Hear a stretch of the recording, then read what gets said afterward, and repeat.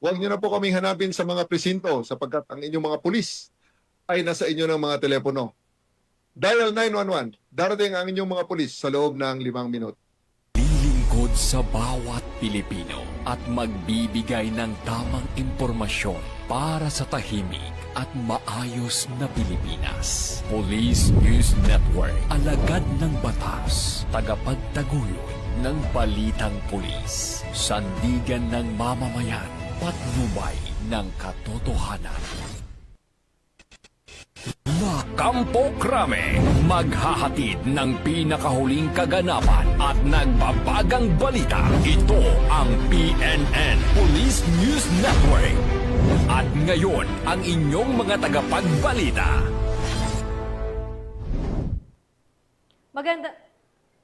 Magandang araw, bagong Pilipinas. Ako ang inyong alagad ng batas, tagataguyod ng Balitang Pulis, Patrolwoman Sari Bernales. Maghahatid sa inyo ng tamang balita, kwento ng pulis at serbisyo para sa mamamayan. At ito ang PNP News Online, ang pangunahing balita ng Police News Network, alagad ng batas, tagataguyod ng Balitang Pulis.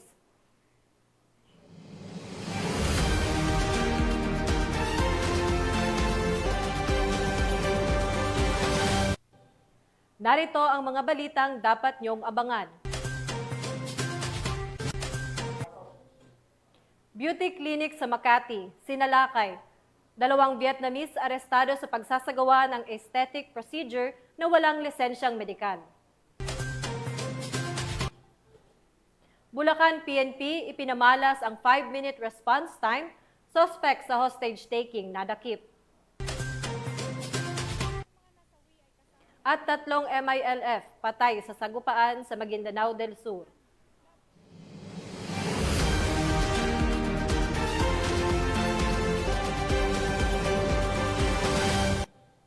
Narito ang mga balitang hatid ng ating PNN correspondents mula sa iba't ibang panig ng bansa.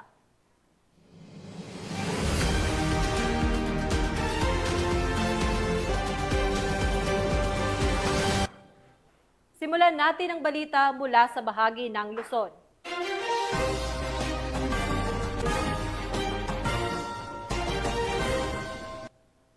Nasa kote ng mga operatiba ng Southern Police District ang 2 Vietnamese national matapos salakayin ang isang beauty clinic sa Makati City at nahuling nagsasagawa ng aesthetic procedures na walang lisensyang medikal. Nakatutok dyan si Patrolwoman Mary Tony Veva. Inaresto ng mga operatiba ng District Special Operation Unit ng Southern Police District ang 2 Vietnamese nationals matapos maaktuhang nagsasagawa ng aesthetic procedures gaya ng Botox at dermal fillers sa loob ng isang beauty clinic sa Barangay Poblacion, Makati City nang walang kaukulang lisensya para mag-practice ng medisina dito sa bansa. Kinilala ang mga suspect na sina Van, 36 anyos, alias Tai, 35 anyos, mga residente ng nasabing barangay. Nahuli sila sa ikinasang entrapment operation ng mga tauhan ng DSOU, DID, SWAT, DMFB at Makati Police noong hapon ng August 7, 2025 sa loob ng kanilang beauty clinic. Ayon sa investigasyon, ang kanilang beauty clinic ay isang establishmentong nag-aalok ng mga aesthetic services o pampagandang procedure tulad ng Botox injections at derma fillers. Subalit, lumabas na ang mga suspect ay hindi rehistradong doktor o lisensyadong medical professionals. Wala rin silang naipakitang dokumento bilang mga lehitimong esthetician, kaya't malinaw na lumalabag sila sa batas. Nag-ugat ang impormasyon ukol sa illegal na aktibidad mula sa isang regular confidential informant matapos ang halos 1 linggong surveillance upang i-verify ang reklamo. Agad na nagsagawa ng entrapment operation kung saan isang pulis ang nagpanggap bilang pasyente upang mahuli ang mga suspect sa aktong pagsasagawa ng mga procedures. Sa isinagawang operasyon, narecover mula sa klinika ang iba't ibang kahon ng Botulax at Botox, mesotherapy solutions, fillers, hilinggilya, microcannula needles, anesthesia, surgical tools, mga official receipt, client forms, sales invoices, ID ng mga suspect at pera mula sa buy-bust operation. Ayon sa mga eksperto, Ang pagsailalim sa mga aesthetic procedure mula sa hindi lisensyadong practitioner ay lubhang mapanganib. Maaari itong magdulot ng impeksyon, hindi pantay na resulta, nerve damage at iba't ibang komplikasyon sa kalusugan. Nadiskubring mahigit 1 taon nang nasa bansa ang mga sospek at nagsimulang mag-operate sa nasabing klinika sa Makati. Sila ngayon ay nahaharap sa kasong paglabag sa Republic Act 2382 o ang The Medical Act of 1959 na inambendahan ng RA 4224 o Illegal Practice of Medicine. Dumaan na sa inquest proceedings ang mga sospek at nakipag-ugnayan na rin ang SPD sa Bureau of Immigration para alamin ang legal status ng kanilang pananatili sa bansa at posibilidad na deportasyon. Nagpaalala naman si Police Brigadier General Randy E. Arceo, Acting District Director ng SPD, sa publiko na maging mapanuri sa mga serbisyong medikal at siguraduhin ito ay isinasagawa lamang ng mga lisensyado at kwalipikadong doktor. Ayun sa ating pag-uusap sa mga doktor. Mayroon naman tayong doktor sa PNP at napakadelikado, no? Especially kung hindi license at pwedeng kakasira nung may katawan. No? Halimbawa po katulad, instead na gumanda, baka lalong kapasama at baka kamatay pa.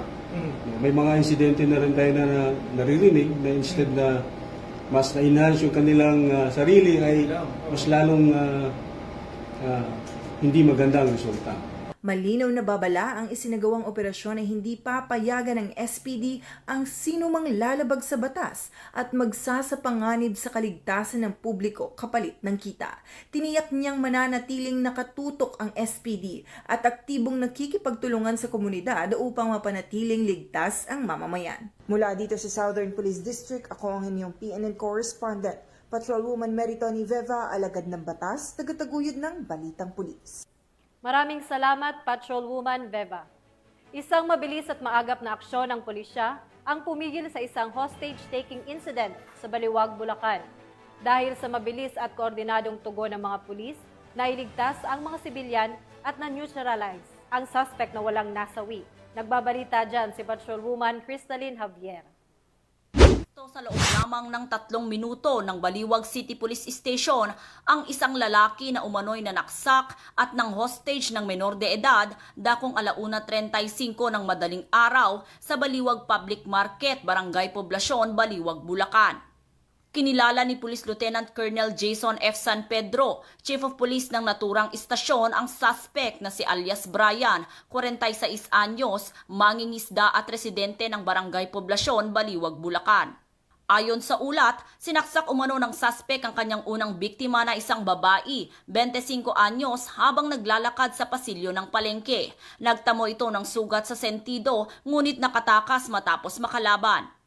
Makalipas ang ilang sandali, tinarget naman ng suspect ang kanyang pangalawang biktima na isang lalaki, 48 anyos, isang security guard na tinamaan ng saksak sa katawan. Tumakas ang suspect at dinakmang menor de edad na lalaki na 16 anyos at ginawa itong bihag. Dakong 1:40 ng madaling araw nang natanggap ng pulisya ang ulat. Agad itong nirespondihan ng istasyon at nakarating sa lugar sa loob lamang ng 3 minuto. Sa isang tiyempo, mabilis na naagaw ni PMSG Damian ang kutsilyo at nasupil ang suspect na nagligtas sa hostage mula sa posibleng mas matinding kapahamakan. Kasalukuyang nasa kustodiya ng Baliwag City Police Station ang suspect para sa dokumentasyon at wastong disposisyon. Nahaharap ang suspect sa kasong attempted homicide na may kaugnayan sa Republic Act 7610 o ang Special Protection of Children Against Abuse, Exploitation and Discrimination Act. Tinitiyak ni Police Colonel Angel L. Garciliano, Acting Provincial Director ng Bulacan Police Provincial Office, ang matatag at maagap na aksyon ng mga unit ng kapulisan sa bawat sulok ng lalawigan. Aniya, bahagi ito ng kanilang walang humpay na kampanya laban sa kriminalidad at patunay ng kanilang dedikasyon sa pagpapanatili ng kapayapaan at kaayusan sa komunidad. Ang mabilis na pagresponde sa ganitong uri ng insidente ay nagpapakita lamang ng kahandaan at dedikasyon ng ating kapulisan sa pagpapanatili ng kaayusan at kaligtasan ng publiko. Mula dito sa Camp General Alejo S. Santos, ako ang inyong PNN correspondent, Patrolwoman Pearl Cristalin Javier, alagad ng batas, tagataguyod ng Balitang Pulis. Maraming salamat, Patrolwoman Javier. Nasabat ng Laguna Police ang tinatayang 840,000 pisong halaga ng smuggled na sigarilyo habang naaresto naman ang 4 na suspect sa barangay San Francisco, San Pablo City, Laguna. Ang report mula kay Patrolwoman Mary May Sarturio. Arestado ang 4 na individual sa ikinasang joint buy-bust operation laban sa smuggle na sigarilyo ng Provincial Special Operation Unit, Provincial Intelligence Unit ng Laguna Police Provincial Office at San Pablo Component City Police Station sa Barangay San Francisco, San Pablo City, Laguna. Kinilala ang mga suspect na sina alias Jobert, residente ng Lucena City, Quezon, at sina alias Jerry, Grace at Frank na pawang mga residente ng Camarines Sur.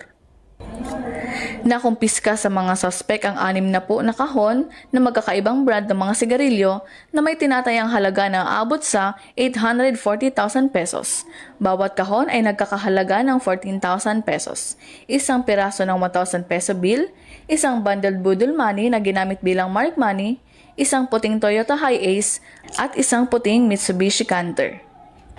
Kasalukuyang nasa custody ng San Pablo Component City Police Station ang mga suspect habang inihahanda ang kasong isasampa laban sa kanila, kabilang ang paglabag sa Section 263 ng National Internal Revenue Code or NIRC na inamyendahan ng Republic Act 7394 or Consumer Act of the Philippines at Republic Act 10643 or Graphic Health Warnings Law, kaugnay ng pagbebenta at smuggling ng illegal na sigarilyo. Mula rito sa Calabarzon, ako ang inyong Police News Network correspondent, Patrolwoman Mary May Sarturio, alagad ng batas, tagataguyod ng Balitang Pulis. Maraming salamat, Patrolwoman Sarturio. Naaresto ng mga otoridad ang top 8 regional most wanted person sa Ilocos Region dahil sa kasong 2 counts of statutory rape. Alamin ang detalyo ng report mula kay Police Corporal Rafi Veloria. Ang isang lalaki na may kasong 2 counts of statutory rape sa isinagawang joint operation ng Rosales Police Station, PIDMU ng Pangasinan Police Provincial Office at PIT ng Pangasinan Regional Intelligence Unit 1. Dakong alas 4:25 ng hapon noong 11 ng Agosto taong kasalukuyan, isinagawa ang operasyon sa Barangay Carmay East, Rosales, Pangasinan sa pangunguna ng Rosales Police Station. Katuwang ang iba pang unit ng PNP na nagresulta sa pagkakaaresto ng itinuturing na top 8 regional most wanted person sa Ilocos Region na si alias Jomar, 22 anyos, walang asawa, isang construction worker at residente ng Barangay Station District, Rosales, Pangasinan. Ang nasabing individual ay inaresto sa bisa ng warrant of arrest na nilagdaan ni Honorable Roselyn C. Andrada Borja, Presiding Judge, Regional Trial Court, Branch 53, Rosales, Pangasinan, kaugnay sa kasong 2 counts of statutory rape na walang kaukulang piyansa. Sa kasalukuyan, nasa kustodiya na ng Rosales Police Station ang akusado para sa wastong disposisyon at dokumentasyon. Ang tagumpay na ito ay bunga ng determinasyon ng ating mga kapulisan upang masiguro ang isang lipunang ligtas, mapayapa at may hustisya para sa lahat. Mula dito sa Ilocos Region, ako ang inyong PNN correspondent, Police Corporal Rafi Veloria, alagad ng batas, tagataguyod ng Balitang Pulis. Maraming salamat, Corporal Veloria. Kinilala ng Philippine National Police ang Anti-Cybercrime Group bilang pinakamahusay na National Operational Support Unit sa ginanap na pagdiriwang ng ika-124th Police Service Anniversary sa Campo Crame. Yan ang balitang hatid ni Patrolwoman Mary Grace Artizuela. Operational Support Unit, Anti-Cybercrime Group. Bilang pagkilala sa natatanging pagganap, kausayan sa operasyon at walang humpay na dedikasyon ng Anti-Cybercrime Group sa paglaban sa cybercrime, pinarangalan ng Philippine National Police ang Anti-Cybercrime Group bilang pinakamahusay na National Operational Support Unit sa pagdiriwang ng ika-124th Police Service Anniversary kahapon, ika-12 ng Agosto sa PNP Grandstand, Camp Crame, Quezon City.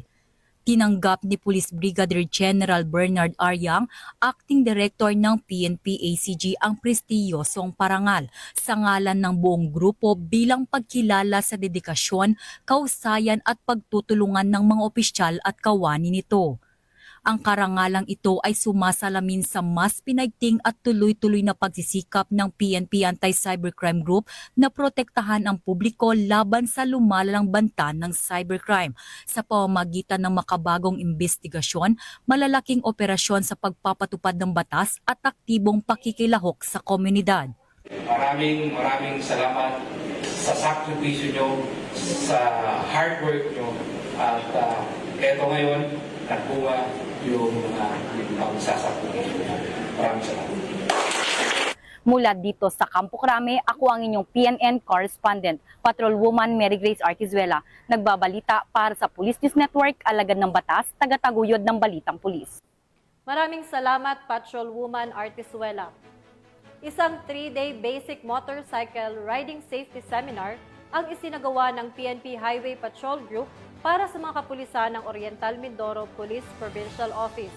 Ito ay kasama sa pagpapaigting ng programa ng pambansang pulisya na mabilisang pagtugon sa tawag ng ating mga kababayang nangangailangan ng tulong. Patrolman Mark Roland Feliciano sa balita.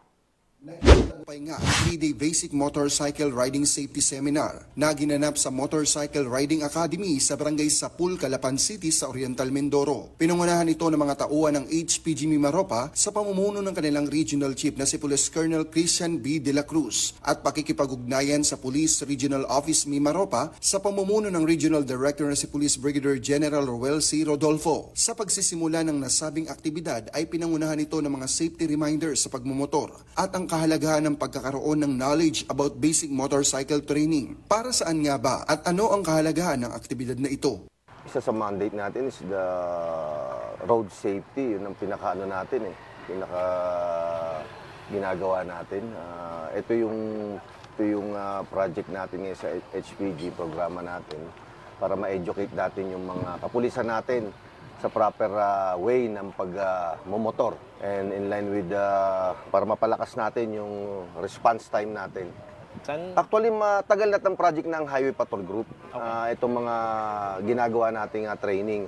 Pero this is the first time na yung mga local police natin dito sa Mimaropa, yun ang ititry natin.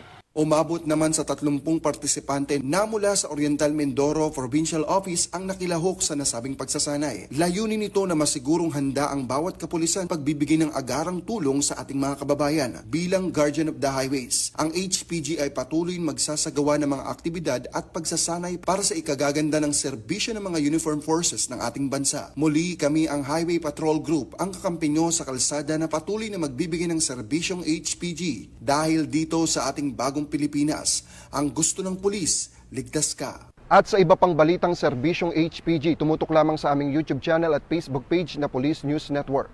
Mula sa tanggapan ng kakampi nyo sa kalsada, ako po si Patrolman Mark Roland Feliciano para sa Police News Network, alagad ng batas, tagataguyod ng balitang pulis.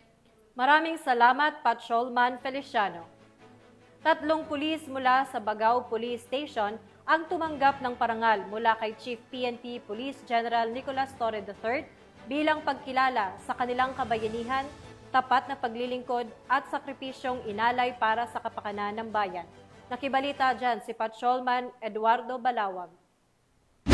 3 dedikadong personnel ng Bagao Police Station kabilang si Police Lieutenant Colonel Noriel Yu Lacangan, Officer in Charge, ang pinarangalan at tumanggap ng medalya ng kadakilaan mula kay Chief of PNP Police General Nicolas Torre III bilang pagkilala sa kanilang kabayanihan, paglilingkod at sakripisyong ibinuhos para sa kapakanan ng bayan ng Bagao sa Police Regional Office 2 Camp Marcelo E. Aduro, Tuguegarao City, Cagayan. Ang nasabing pagkilala ay bahagi ng command visit at ugnayan sa mga kapulisan ng proto ni Chief of PNP Police General Torre III kung saan ay kanyang personal na pinabatid ang mensahe ng suporta at inspirasyon sa lahat ng uniform personnel. Bukod sa 3 pinarangalan, 10 personnel din ng Bagao Police Station ang tumanggap ng medalya ng kagalingan bilang pagkilala sa kanilang natatanging husay sa pagtupad ng tungkulin. Habang 8 personnel naman ang nagawaran ng medalya ng kadakilaan dahil sa pinamalas nilang katapangan at dedikasyon sa serbisyo publiko. Ang seremonya ng paggawad ng mga parangal ay nagsilbing inspirasyon hindi lamang sa kapulisan ng Bagao kundi maging sa buong komunidad. Patunay ito na sa kabila ng mga hamon na nanatiling matatag at handang magsakripisyo ang mga tagapangalaga ng batas upang masiguro ang kaligtasan ng bawat mamamayan. Ipinamalas din dito ang kahalagahan ng pagkilala sa mga alagad ng batas na patuloy na nagtatrabaho ng maintegridad at malasakit sa bayan. Napakahalaga ng parangal na ito dahil hindi lamang ito simpleng medalya o sertipiko. Ito ay simbolo ng pagkilala sa pinagsama-samang sipag, tiyaga at malasakit ng buong hanay ng aming istasyon at nagsasakripisyo para sa kaligtasan ng ating mga kababayan. Layunin ng pambansang pulisya na maging mabilis, maaasahan at makatao sa pagbibigay ng serbisyo at pagtugon sa anumang insidente. Sa lahat ng kapulisan ng Region 2, saludo ako sa inyong walang sawang paglilingkod at sakripisyo. Naway patuloy nating pagkaisahan ang ating misyon para sa katahimikan at kaligtasan ng ating nasasakupan. Ang pagkilalang ito ay para sa ating lahat. Dahil sa bagong Pilipinas, ang gusto ng pulis, ligtas ka! Mula dito sa Lambak ng Cagayan, ako ang inyong Police News Network Correspondent, Patrolman Balawag, alagad ng batas, tagataguyod ng Balitang Pulis. Maraming salamat, Patrolman Balawag. Tunghayan naman natin ang mga balita mula sa Visayas.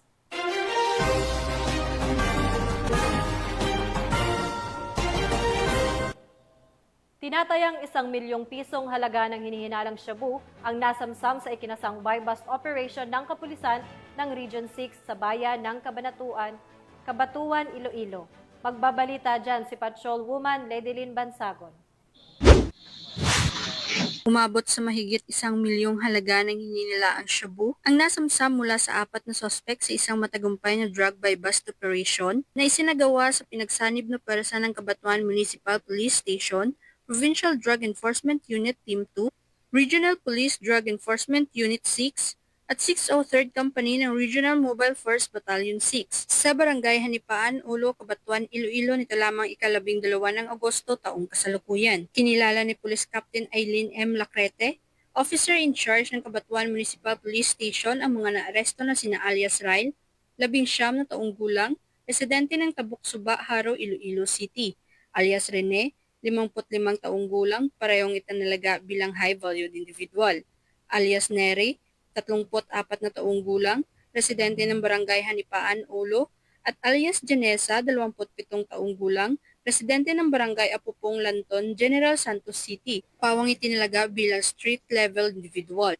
Samantala, nakatakas naman ng isa pang suspect na si alias Rodelito na itinuring ding high-valued individual. Na-recover ang 8 sachet ng hininilaang shabu at isang sachet na ginamit bilang buy-bust item na may kabuuang timbang na 140 gramo at tinatayang nagkakahalaga ng halos 1 milyong piso.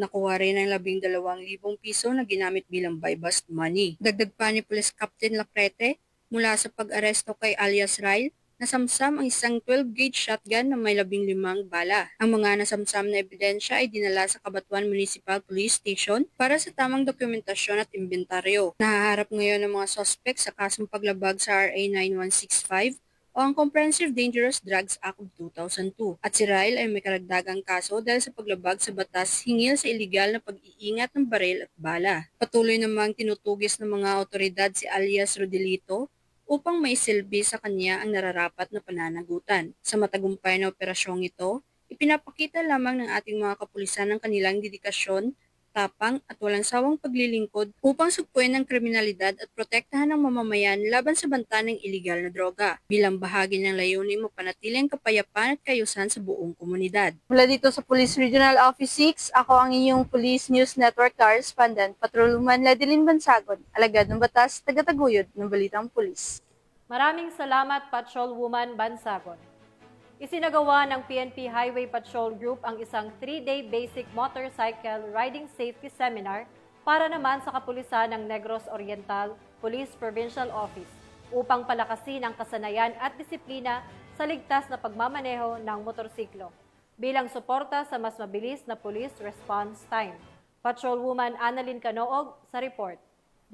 Isinagawa ng Negros Oriental Police Provincial Office ang Basic Motorcycle Safety Riding Seminar mula August 9 to 11, 2025 na nagtapos sa isang closing ceremony na ginanap sa Maringal Hall at Norpo Parade Ground sa ilalim ng pamumuno ni Police Colonel Ronan R. Clarabal, Provincial Director. Ang 3 araw na pagsasanay ay naisakatuparan sa pakikipagtulungan ng Highway Patrol Group, Negros Island Region at Provincial Highway Patrol Team. Lumahok sa seminar ang mga police commissioned officers at police non-commissioned officer mula sa iba't ibang unit ng NORPO na mas pinahusay ang kanilang kaalaman at kasanayan sa ligtas na pagpamamaneho ng motorsiklo. Layunin ng aktibidad na palakasin ang kaalaman ng mga pulis sa motorcycle safety at defensive riding techniques at pagsunod sa batas trapiko bilang paghahanda sa mga operasyong nangangailangan ng mabilis at ligtas na pagresponde. Bahagi rin ito ng suporta sa implementasyon ng 911 Swift Response o 5-minute response time Directive ni Police General Nicolas D. Torre III. Ako po si Police Colonel Ronan Rodriguez Clarabal, ang inyong Provincial Director ng Negros Oriental Police Provincial Office. Ikinagagala ko pong ibahagi sa inyo ang 3-day Basic Motorcycle Safety Riding Seminar na isinagawa ng Highway Patrol Group sa aming mga motorcycle patrollers dito sa probinsya ng Negros Oriental. Ito ay mahalagang hakbang bilang tugon ng NORPO sa direktiba ni Chief PNP Police General Nicolas Torre III kaugnay sa 5-minute response time ng 911 response system. Ang isinagawang seminar na ito ay mahalagang puhunan para sa kaligtasan ng buhay, hindi lamang ng publiko, kundi pati na rin sa ating mga mobile patrollers na siyang rumeresponde sa anumang sitwasyon kailangan ng taong bayan ang tulong ng pulis. Sa pamamagitan ng riding seminar na ito ay lalong nadadagdagan ang kaalaman, kasanayan at disiplina ng aming mga kasamahang nagpapatrolya sa mga lansangan ng Negros Oriental. Ngayong natapos nila ang maikli ngunit makabuluhang training na ito ay masisiguro nating handang-handa na ang kapulisan ng Negros Oriental na tumugon ng mabilis at ligtas sa anumang sitwasyon. Sa pagtatapos ng seminar, pinasalamatan ni Police Colonel Clarabal ang lahat ng mga lumahok at mga partner agency at binigyan diin ang kahalagahan ng patuloy na pagsasanay upang mas mapabuti ang serbisyo ng kapulisan sa kalsada at sa buong komunidad. Mula dito sa Central Visayas, ang Police Network Correspondent, Patrolwoman Annalyn N. Canoog, alagad ng batas, tagataguyod ng balitang pulis. Maraming salamat, Patrolwoman Canoog. Narito naman ang mga balita mula sa bahagi ng Mindanao.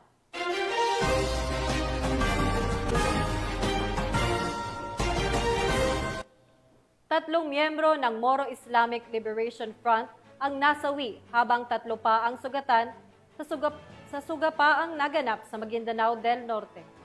Ang detalye ng report mula kay Patrolwoman Bandarlite. 3 miyembro ng Moro Islamic Liberation Front ang nasawi habang 3 pa ang sugatan sa engkwentro sa Barangay Linantangan Sheriff Saidona Mustafa nito lamang 11 na Agosto taong kasalukuyan. Ayon kay Police Brigadier General Jason C. D. Guzman, Regional Director ng ProBAR, ang mga nasawi ay kasapi ng MILF na pawang mga kasapi ng 128 Base Command laban sa grupo ng 118 Base Command. Batay sa investigasyon, pasado alas 8 na umaga nang nasabing petsa na magkasagupa ang grupo at sakay umano ng 3 minivan ang grupo ng 128 Base Command patungong Pimbalkan, Mamasapano, ngunit pagdating sa nasabing barangay ay pinaputukan sila ng makasapi ng 118 Base Command. Agad namang lumikas ang ilang residente malapit sa lugar ng insidente. Isang sibilyan ang tinamaan ng ligaw na bala at kasalukuyang nagpapagaling sa ospital. Na-recover mula sa crime scene ang mahigit 100 basyo na iba't ibang uri ng baril. Patuloy ang koordinasyon ng mga otoridad sa pamunuan ng MILF upang maiwasan ang panibagong tensyon, mapanatili ang kaayusan sa lugar at matiyak ang kaligtasan ng mga sibilyan. Dagdag pa rito, nagpapatuloy ang investigasyon upang matukoy ang ugat ng alitan ng 2 panig.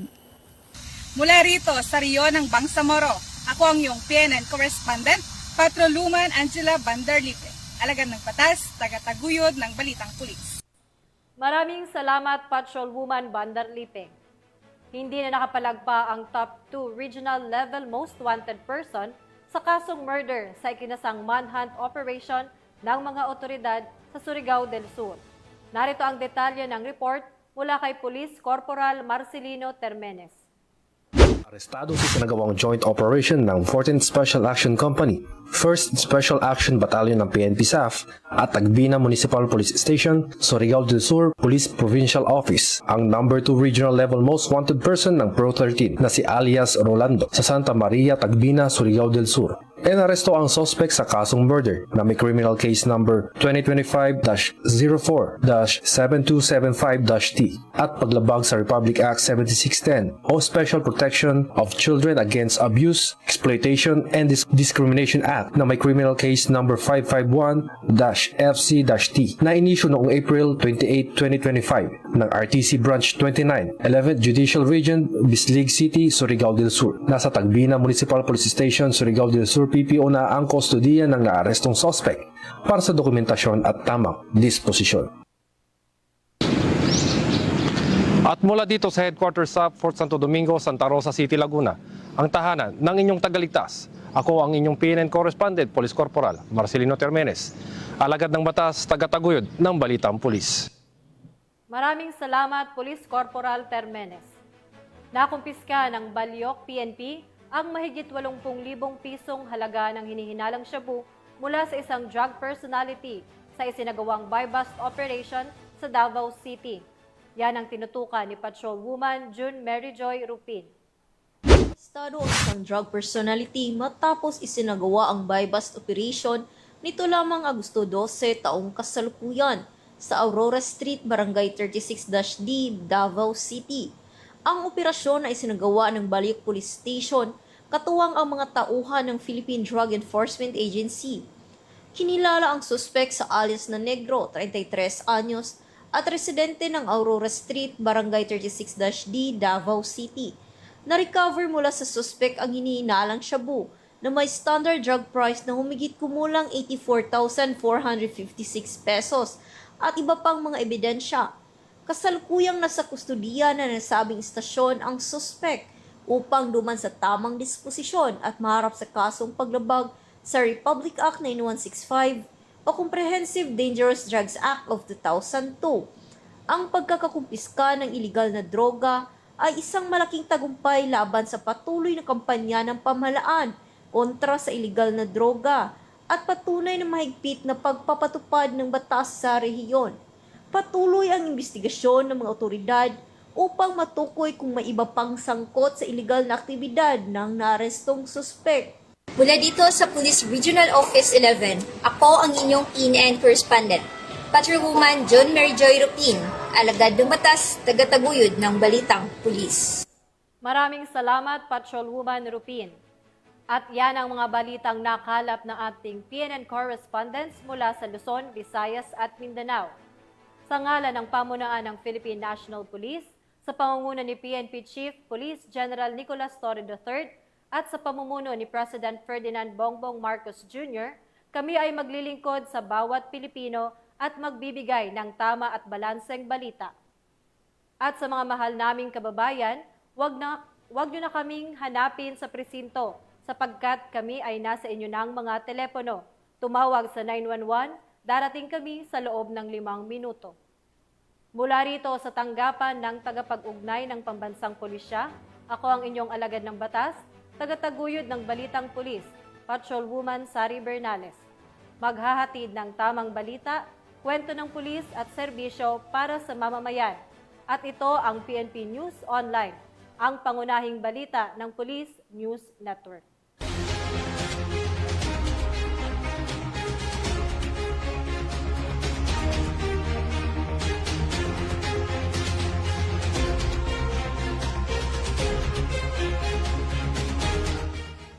Police News Network, alagad ng batas, tagapagtaguyod ng Balitang Pulis.